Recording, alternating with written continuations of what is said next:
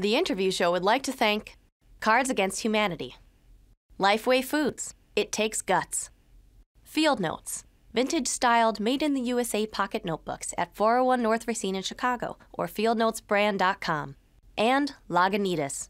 Beer speaks, people mumble, except on the interview show.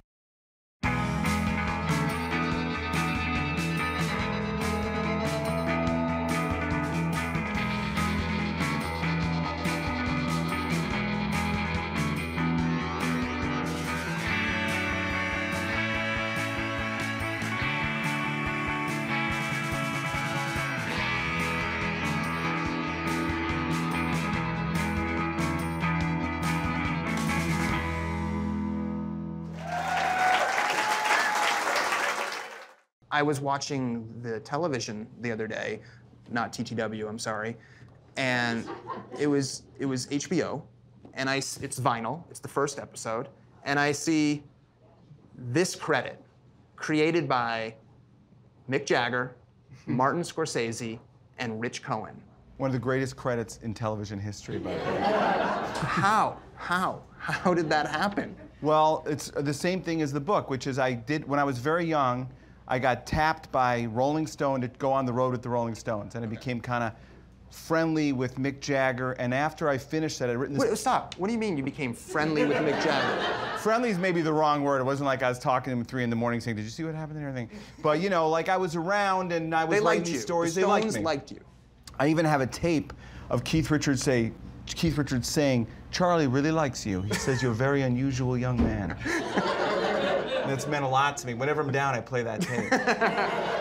So, but I did these stories for Rolling Stone, and then I'd written my first book, which is about Jewish gangsters in Brooklyn, called Tough Jews. Yeah. Scorsese read it, really liked it, which isn't a surprise because it was kind of a rip-off of Goodfellas in a way.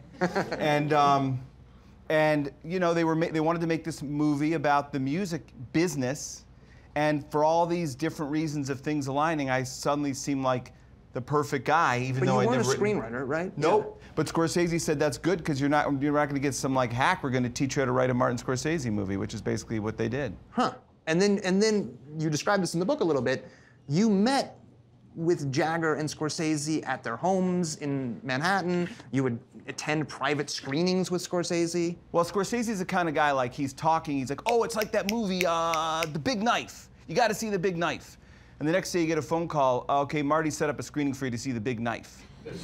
And you go to his house and you're in his movie theater and like you get up to use the bathroom and the projectionist goes, should I shut it off? I'm like, I was just gonna sneak out and sneak back in. I didn't realize it was. Is he there with you watching the movie? Sometimes, often not, you know? Unbelievable. It was good. It was like a movie training camp. Yeah. Well, let's talk about the Stones, and let's talk about, for a second, the music, the actual music. And I was driving with my family the other day in a absolute downpour, and I thought, I don't think my kids have ever heard the Stones. So, we were kind of in a fight. We were all fighting. We were all at each other's throats, and I thought, I want to put on something that will somewhat calm them down and get us all feeling good. And for some reason, I thought, put on the album Let It Bleed, because I was thinking of the song Let It Bleed, which is kind of nice. Kind of dirty. But the first song is Gimme Shelter, and that comes on, and the first lyric is about a storm, and I was like, this is the greatest music of all time. And I tried to listen to it through the ears of my children, who weren't listening to it. But it occurred to me, the Rolling Stones have been they're classic rock. We think of them the way we think of Steve Miller Band and Doobie Brothers and all that, but their music is amazing, and we don't think about it anymore like that. Well, I mean, writing these books, especially The Bears and this, it's sort of like I have this rule that when you're like a little kid, you kind of know what's good. Yeah. And then when you get older, you kind of try to figure out what's good and you're completely lost. So if you go back to stuff, it's like when you're a kid, that's when you're like most at home, and the rest of your life you're kind of exiled from that kind of.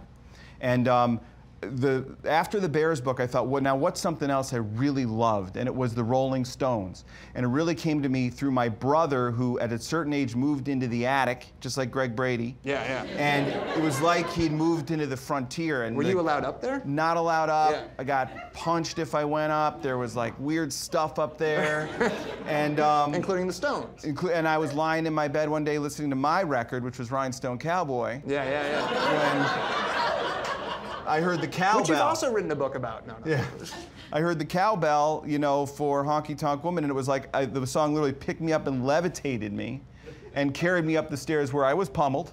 But it was worth it, and I became kind of, you know, this music became about everything kind of dirty and rough, and I thought, God, I want to get older and try all that stuff. Yeah, yeah. You know? And that was always my relationship to the music. And not that long after that, I got a job at Rolling Stone. And like one of my first real assignments was, the Rolling Stones are putting together a tour. Do you want to go to Toronto, hang out, and watch them? And I spent 2 weeks in Toronto, and they're just in a gym. What tour is this? Voodoo Lounge. Okay, They've been through all this stuff. Past their... Yeah, past definitely. when they feel and that's dirty what the and book's menacing. about, too. The book's about, listen, it's like, I'm the little brother. And everything's from the little brother's point of view. And I wasn't allowed upstairs. And my sister was having big parties, and I can hear them, but I couldn't go down. I had to lay in bed listening to like muscle cars go up and down the street. You say it's the Gen X telling the boomer story at one point. And I felt like I got to get to this party. I got to get to this party. And I know this party's there. And while with the Rolling Stones, I actually got to the party. It was at the Four Seasons Hotel. I was in a circle of guys, included Steve Winwood, Keith Richards, Ron Wood, all telling jokes. And I realized I finally got here, and they're all old. Yeah. And you write about how it was hard to exist in the orbit of the Stones and not fall by the wayside or have something happen to you, or in Brian Jones's case, die. Right. And yet, Mick seems to ride through it all smoothly. Keith doesn't ride through it smoothly, but he certainly rides through it. Right. Charlie rides through it pretty smoothly. What is the secret to these members being able to kind of live through everything that you could possibly live through as a rock and roll band? You know, it's like, for me, that's like the whole book, which is I sort of thought, when I worked at Rolling Stone in the 90s, I felt this music, not just the Rolling Stones, was so important to me when I was a kid. It was like everything. I'd wait for those records. And I felt like that kind of energy, rock and roll died. I felt like it did while I was at Rolling Stone when Kurt Cobain killed himself. And I felt like it sort of had died, and nobody stepped back and had told the whole story of rock and roll. I thought, wow, the Rolling Stones are the story, because they're the greatest rock band and they've lived through the entire thing. The Beatles split up, I don't know, it's like 40 years ago the Beatles split up. Yeah, yeah. And the thing is that Andrew Loog Oldham, who was their early manager, who called himself the Teen Tycoon. And I said that just because I was told I could be beeped and I want to be beeped.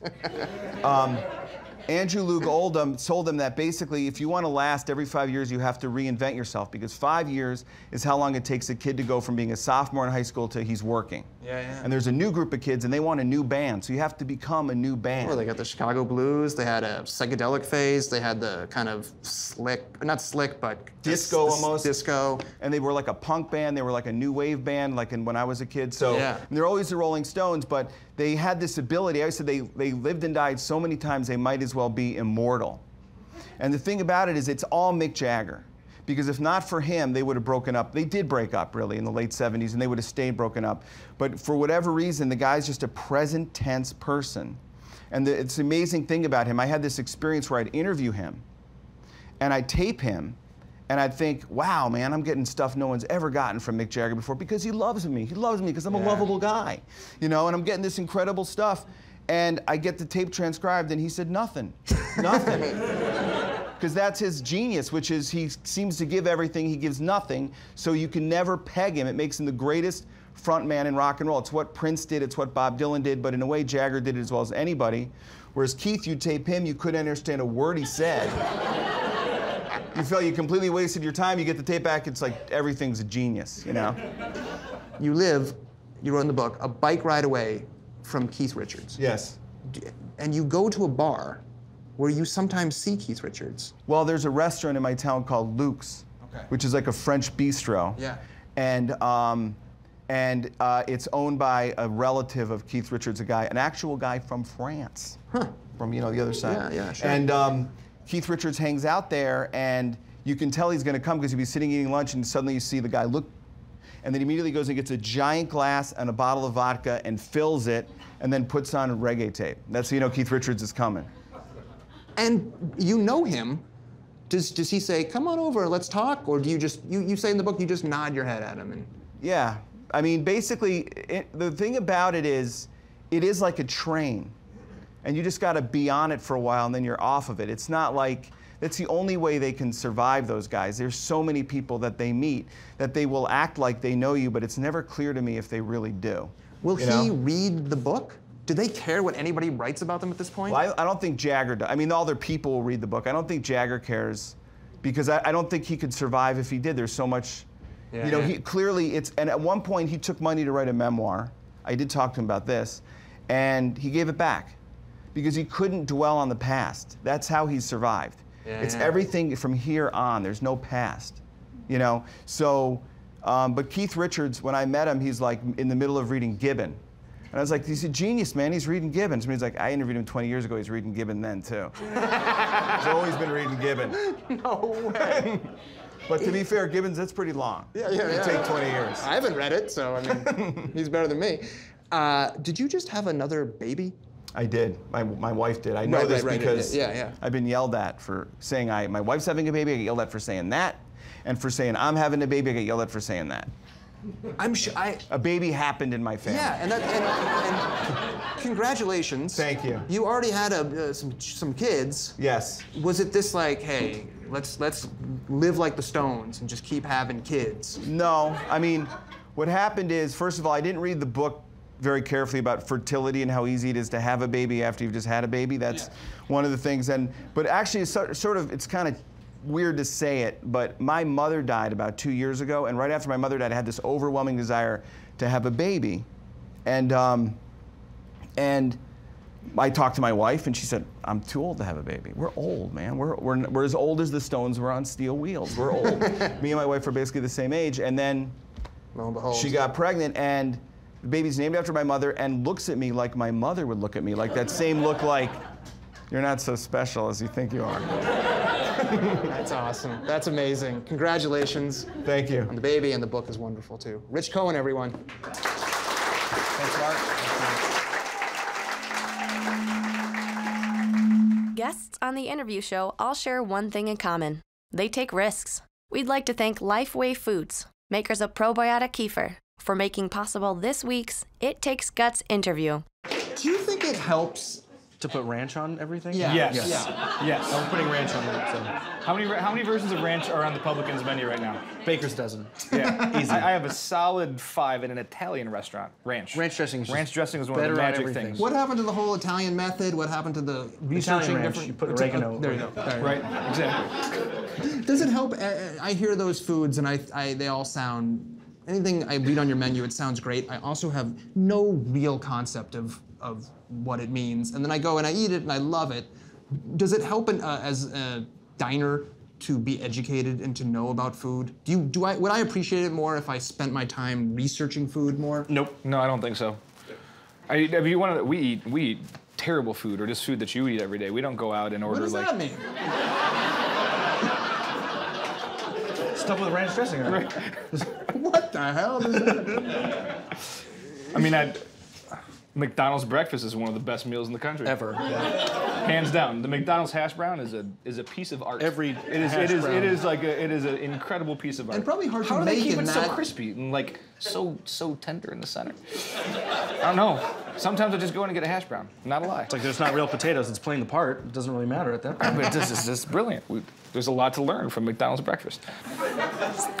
Are restaurants at airport or Gold Coast or West Loop, are they at their best when like adrenaline's going and things are kind of chaotic and full of energy, or when there's like a nice calm in the kitchen? Full of energy. Yeah, we're not good at calm. Really? No, Yeah. we don't do the regular day very well. We like a lot of, honestly, like a lot of curveballs and a lot of. We thrive on we thrive on being really busy. So when it is really busy, when the dining room's full, when you get flat sat and tickets are flying at you, and we can beat that wave of people, we do enjoy that. I think that's one of the things that we do enjoy. And when it gets slow, then we tend to make mistakes too. So in restaurants, slow nights are actually the nights when you make the most mistakes. Huh. Yeah. So I don't think you're as attentive, or you might like, you know. Which would be the opposite of what I would think. I would think I'm going in on a Tuesday night at 4:30 when I now eat because I'm getting older. I'm gonna get the best possible service and meal. But in truth, No, that's not true. It's going to be mediocre. it's gonna be mediocre at best. At best. Yeah. That's a great expression, mediocre at best. What do you guys do after? I mean, I keep hearing, or I don't keep hearing, but when I do hear about that there's like a party scene, that chefs go out and there's certain restaurants that are for chefs to go to, and that everybody's doing blow, and it's... Right, off of naked bodies.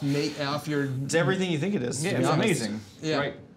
What There's like a place you go underground. What are the places? Is I it don't- the Publican at the airport? I don't 'Cause think it's- that me and those people run in the same circles, if I'm being honest. Yeah. I don't. It's never been your scene. I go to bed pretty early. And you have a baby. He's a child. I do. And... An 11-month-old. No applause?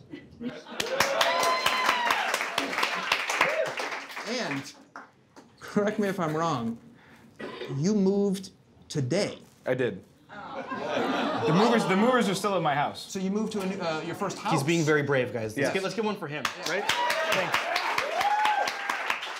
I am super thankful you're here. I imagine that you're not super thankful that you're here. No, I am super thankful that I'm here, believe it or not. Because I would still be moving if I You also wasn't. knew So- about this for 7 months. Yeah. So the idea in your wife's brain was that's right. Was that you would not be on a talk show the night that you... No, but she loves, for some reason, she loves you. Well, that's good. Yeah, so she was fine. Like, any other excuse would have been like, hell no, right? Like, I don't know if you're moving in the house with me, but like, baby, I'm doing the interview show. She's like, I get that, that's cool. So thank you.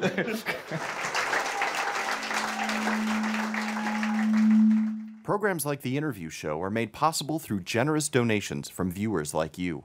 Hey, Tim. Lauren said you were ready to pay me? Yeah, sure. 82 people paid at $10 a person, full house. It's gotta be what, $3 million? Actually, it's 4.2 million. That's great. Did I tell you that TTW is now paying me $12 million? Bear gets 40. What?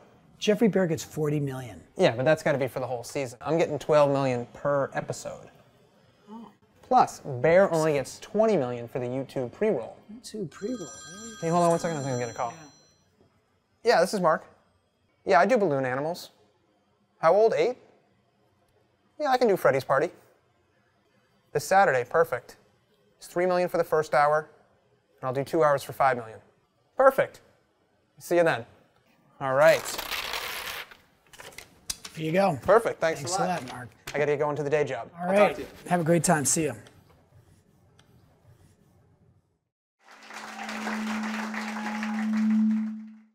I was looking at your bio, and your bio kills me because your bio says that you've been writing about video games for more than 10 years, but what you really would love to do is spend your time writing about horror movies. Correct. Which cracks me up because it's not like you're saying, I'm an accountant or I dig ditches, but I'd really like to be, it's like you're saying, I don't have something more dignified on the other end. Not even dignified, you're No, like, I just really like to write about Hellraiser 7 and like just really understand how did they get 7 movies there. but you're like, I go from one fun thing to the other. It's your life is better than ours anyways. Well, you know, it's like, you know, given this current climate, like you need the distractions that you can get. I mean, I fell into all this stuff by accident. You know, like when I was 14, I was writing about video games, and I didn't know what I was doing with the rest of my life. And at the time, I'm 14. I'll be turning 32 in February, so I've been doing it for more than 10 years at this point. 18 and years. it was kind of just a situation where I had someone in high school ask, like, "Have you thought about what you're doing?" I said, no, I probably should think about that. So here's where I show off my interviewing skills. Great. Patrick, why do you play video games? Because they pay me to do it. Oh no, you'd be playing 100 hours anyways. So I what think is it for you me, love? it's, I like being transported to worlds. I like being challenged. The same way that when you read a good book, like you go somewhere, you learn something about a different place or about yourself. And I think that's what games do for a lot of people, especially people that are very interested in sort of the larger conversation about what are video games. Like, I think for some people, video games are just purely an escape. It's just something very simple to kind of distract your mind. And then for other people, it's something where they learn something about the broader world. Now, often this happens in the context of, you know, holding a gun and things like that. But part of what's changing about video games, part of what keeps me interested as I get older, is that games are starting to become something beyond that. They're not just about violence. They're not just about replicating They're stories. Sport. They're stories. One of the big shifts in the last 10 years is what's kind of called the democratization of game development, which is that it used to be you had to be someone that could program on a computer to make a game. And that is just not the case anymore. Now you can be someone that has a story idea, and instead of thinking like, well, video games are inachievable to tell that story, now there are tools that you don't have to be able to have spent 10 years learning how to code on a computer. You can make a video game and you can try and tell that story through that. And what's powerful about video games is that video games are the most communicative form for empathy. And you can read a book, you can watch a movie, and see what it's like to be in someone else's shoes. Give me a good example. There's a number of games, one that comes to mind a couple of years ago called Gone Home, in which you inhabit this it's first person, so it kind of feels like you're playing one of these games that is like, you think at some point they're going to give me a gun, at some point I'm going to shoot some stuff. You show up and you're in this abandoned house, and there's storms outside, and so you kind of think, oh, it's a scary game. This is, at some point there's going to be aliens or something. And they use those tropes. They use your expectation of what's going to be in this house against you, because you're on nerve the whole time that something's going to happen. You never get a gun. Nothing ever pops out of the corner. As it turns out, like you learn over the course of a couple of hours, you sort through this house, you find all these letters, and you piece together this story about what it was like for a girl to come out in high school. That's and amazing. for her family to not understand, her family to reject her. And you learn this over the course of finding all these letters, exploring this house. And the context of the story is that she's coming home after not being on great terms with her family. Her family is not there. So it's not, the house is empty because they're just not there. It's not because they were killed by zombies. Yeah. And she just got home early because of her flight. And you put together this story of like what it was like for someone like her to come out to a complicated situation. And like I was not 16 and came out as a young teenage girl. And not to say that completes the experience, but it creates a connection, it creates empathy with a worldview, an experience I will never have that I found meaningful and important. So everything you're saying is presenting a really nice world in which the possibilities right now seem endless. We're going to continue to grow in what video games can do, and we can find out about all different kinds of people's experiences and different worlds and everything like that. And all of that sounds wonderful. And then I think it was just a couple of years ago that Gamergate happened, which I'm going to screw up if I explain because I don't really quite understand it. But it was kind of the opposite. It was people in the gaming community kind of railing against some of the stuff that you're saying. Yeah, I mean, I would say there is an Gamergate. To explain all that would be a very long digression, but I would actually, essentially, what Gamergate represented was a strong pushback against the notion of putting politics into video games. The idea that putting emotions, feelings, viewpoints into video games is antithetical to the idea of having fun, which I think is a very limited worldview for what a medium can or should be, because the existence of a game like Gone Home that tells a story about a young girl coming out does not preclude the idea of a game where you shoot people. Yeah. Those games can exist side by side the same way it does in any other medium, but there is a contingent of people that think if you include this, you're removing the other thing. But I guess it boggles the mind that would it happen in music where somebody says, well, the fact that you're making classical music is bothersome to me and I don't want that happening. What was the threat? People had to feel threatened by something that games would really fundamentally change. Was that true of gaming? Yeah, I mean, they felt threatened that their identity as a gamer, which I think you know, The people gamers people were- that that they people were that being don't read painted people that as- read books don't have necessarily call themselves I'm a reader. Yeah. You know, we may use that term, but like when you watch movies, like I'm a theater goer. You know, I mean, like I find something fundamentally disturbing about the term gamer because it like Really? I think it can, the idea that it encompasses your entire identity, when you let something encompass your entire identity, then you can be easily threatened by change. Thanks for coming on the show. Of course. Patrick Klepek, everyone.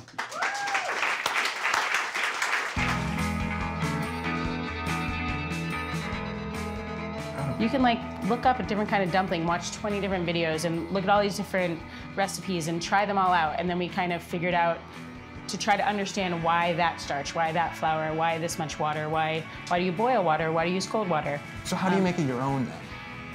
Or is it like on the menu, this was created by a 13-year-old YouTuber? It says that underneath, just in really small print.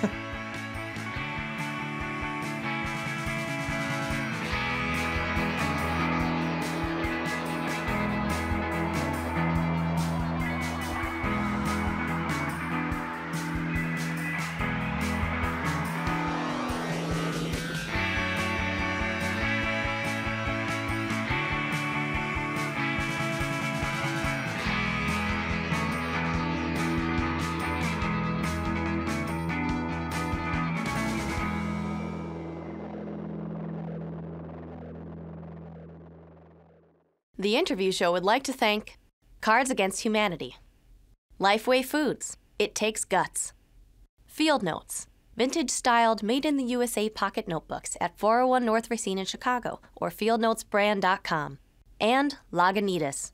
Beer speaks, people mumble, except on The Interview Show.